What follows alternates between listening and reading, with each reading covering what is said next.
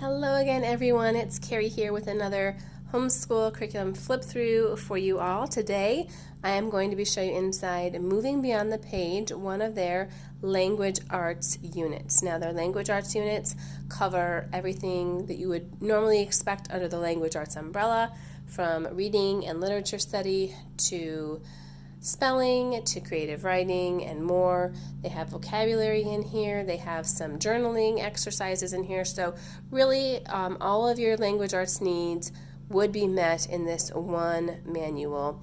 They actually have a separate manual for the social studies and science and all of that, and then a separate manual for math. So they have basically 3 of these at a time that you are using, and then when you're done with this one, you pick up another language arts manual. So this isn't all of language arts for 1 year with Moving Beyond the Page. This is one unit. I believe they have 9 units, I think, or 9 or 12 units per school year, and they each take about 3 to 4 weeks to complete. So this is just one of them. So there are lots of these books that you would get if you were getting a full curriculum pack from Moving Beyond the Page. I just pick it up piecemeal and just get the language arts ones because we don't need anything for science or social studies. We're pretty much set there. I usually like to pick up their read aloud books and some of the picture books that they suggest in the younger years. But I haven't actually picked up the curriculum manuals for social studies and science, just the supplemental books that they suggest, because they really do pick some good ones. Now for language arts, they do break it up for you how many days it should take, or a suggestion for how many days it should take to do each lesson. If it doesn't have a number next to it, they just assume it's 1 day. I took about 4 weeks to do this with my son. He was in 3rd grade when we did it, and that seemed to be the proper pacing for us. Sometimes it was the pacing that they scheduled out for the day, and sometimes we just did what we felt was good and what was a natural breaking time for us. And sometimes we followed their instructions exactly. So it just kind of varied on what the activity was. They do give you some really good instructions in the front here. So if you are using every bit of it, I would read those instructions. And they do give you a suggested schedule for the day if you were using the entire program. Again, we are not, so this doesn't really apply to us, but it does let you know that the language arts lesson or the language arts reading should take you about 30 minutes, and then the language arts lesson with the vocabulary and spelling is another 60 minutes. Now, you guys, neither one of those things took us that long. I would say the entire lesson with my son reading the book and then the activities that we did was no more than 30 or 40 minutes. It was nowhere near 90 minutes. So, and that was long. Like some days it was closer to 20 or 30 minutes, depending on how much reading he had. So we definitely did not follow the timeline here that they suggest, but we just broke it up in chunks that seemed manageable to us. So it just goes right into the unit. They have they have this scheduled for the very beginning of their age 7 to 9 pack. So that's why it says Unit 1, because this is one of the very first things that is assigned in the entire grade level or age level pack. So you can just disregard this if you're not using it as part of that pack.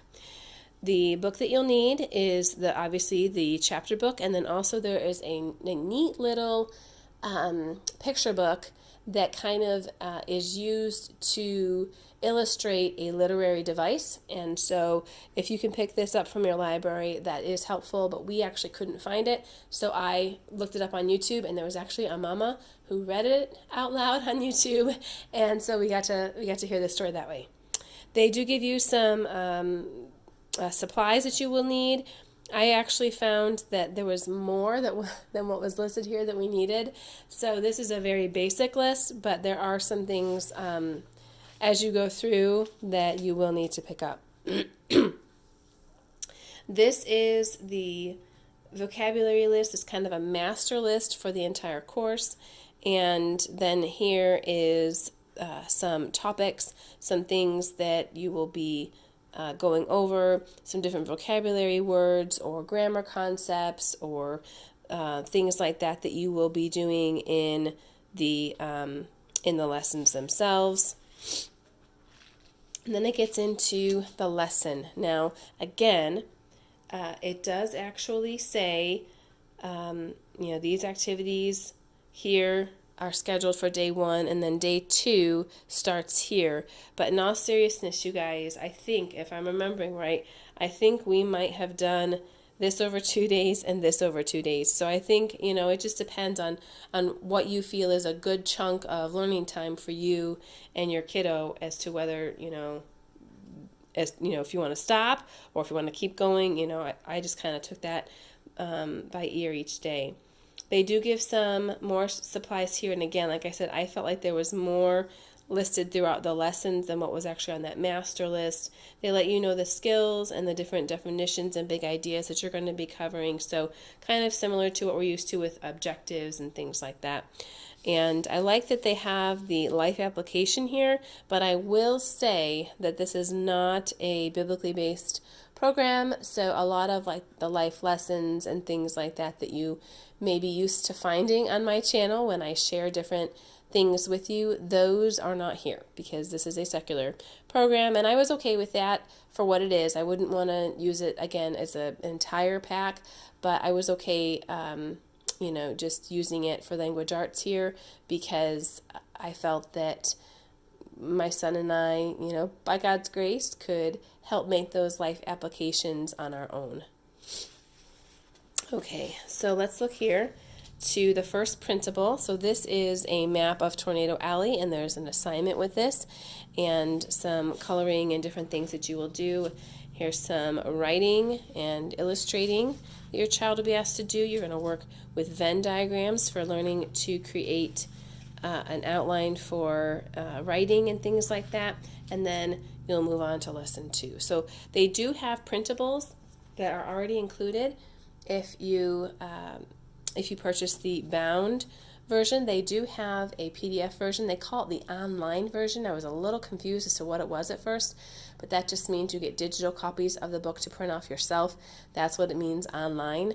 I don't really know if online has any other component to it. It really wasn't clear on the website, so if you know for certain what would be the difference other than buying PDF versus printed, what the difference would be between purchasing online versions of this and the actual printed versions, please let me know, because I couldn't see any other difference, but it just seemed a little weird to me to say online because I was expecting some sort of interactive component or video component or something, and it was basically just a digital file. So I thought that was a little interesting. I wanted to point that out to you all.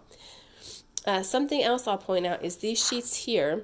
Moving Beyond the Page has a different copyright than pretty much all of the homeschool companies that I've worked with in the past. They do not allow photocopying at all, even within the same household. So if you purchase this for your older child, they expect you to use this. It is fully consumable for that child. You are not really supposed to make copies of this. So I'm just going to say we used this and he wrote on paper.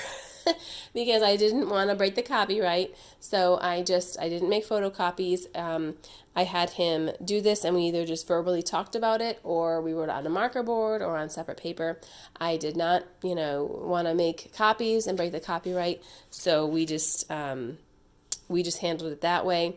But I did find that kind of interesting, something I wanted to point out too, because pretty much every homeschool curriculum company I've used has allowed photocopies for use within the home. So I thought that was kind of interesting. So I'm just going to flip through here. You're going to work on different literary terms and analysis. You're going to work on vocabulary. You're going to have different kinds of comprehension questions and writing exercises. Here, my son actually really liked this assignment. He had to write his own description of the scene where the dog was caught up in the tornado. He liked that assignment. They actually get into the hamburger or the sandwich method of teaching how to write a paragraph. So we really didn't use these kinds of things that much because we were doing a separate writing program, but I just want to let you know it's in here. There is very basic grammar practice in here. I personally would not consider this complete in instruction, which I don't know if there's something more that they do in like their science and social studies. I'm sorry, my arm is kind of blocking there a little bit. I don't know if there's something more they do in the way of instruction in the social studies and science unit, but I didn't feel that personally that the grammar concepts covered in here were really enough, either on the instruction side or on the practice side. So that was just my personal opinion, but I like I said, I mainly purchased this for reading and literature. So it didn't bother me that those things were in there. You know, we just passed over them and we didn't really use them that much. So that is just a basic look. I will show you one other thing here actually. In the back, excuse me. In the back here, they do show you how this fits into the overall flow of things. You can see this on their website as well, but you see Tornado is the first language arts unit in the entire 7 to 9 age level package. So when you're reading the book about Tornado, you're studying weather.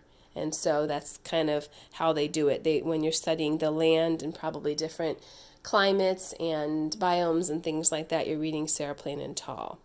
When you're reading the book Who Was Helen Keller in Language Arts, you're studying sound in science. So they really do give a great literature-based approach to all areas of learning, but it wasn't something we needed.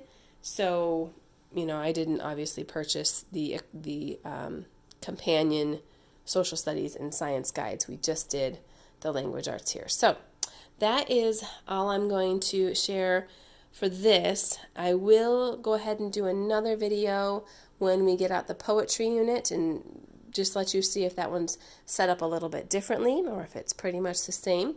We are going to do that for 4th grade with my son in probably after the first of the year we'll start that. So you can look for that video in a few weeks or maybe even a month or so and see how the two compare.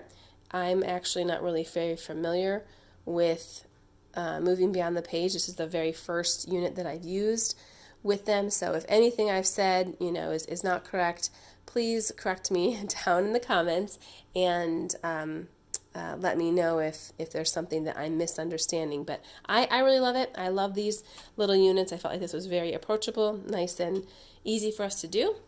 And if you're looking for a little help with literature study or just how to make chapter books a little more fun and interesting, I suggest you give it a look. If you have any questions, you can leave those down below in the comments. I always love hearing from you guys, and I will answer those when I can, and I will catch you in the next video.